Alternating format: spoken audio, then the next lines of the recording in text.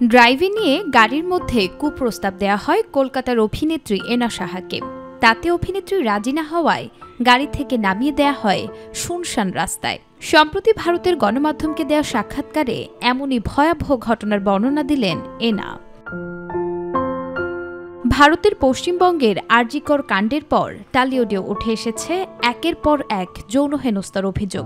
বিষয়টি নিয়ে কথা বলতে শুরু করেছেন অনেক অভিনেত্রী, তাই এবার মুখ খুলতে আর সংশয় করেননি এনা সাহা।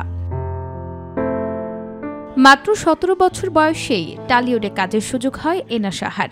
অভিনেত্রী জানান, কাজ পেতে হলে কম্প্রোমাইজ করতে হবে এমন প্রস্তাব এসেছিল তার কাছে, আর সেটি প্রত্যাখ্যান করতেই তার সঙ্গে ঘটে যায় এমন ভয়ঙ্কর ঘটনা। ১০ বছর আগের ঘটনার বর্ণনা দিয়ে এনা সাহা বলেন, অল্প বয়সে ছবিতে নায়িকা হয়েছে, তারপরেই এক পরিচালক আমাকে ড্রাইভে যাওয়ার প্রস্তাব দেন। কাজের সুবাদে অনেক সময়ই অনেকের গাড়িতে উঠেছি, অন্যরকম কিছু হতে পারে ভাবিনি। এনা আরও জানান, সেদিনও ড্রাইভে যাওয়ার প্রস্তাব পেয়ে না করিনি, কিন্তু তারপর গাড়ির মধ্যে পরিচালক এমন কিছু করার প্রস্তাব দেন যাতে আমি না বলতেই রেগে যান তিনি, এবং আমায় রাজারহাটের ফাঁকা একটি রাস্তায় গাড়ি থেকে নামিয়ে দেন। এনা বলেন, শুধু সেদিনই নয়, আরও বহুদিন এমন হয়েছে।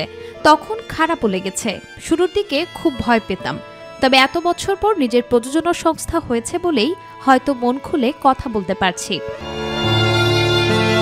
উল্লেখ্য, নানা কারণে আলোচনায় থাকেন অভিনেত্রী এনা সাহা। বিশেষ করে নিজের খোলামেলা পোশাক এবং সাহসী অবতারের জন্য বারবারই হয়েছেন সংবাদের শিরোনাম।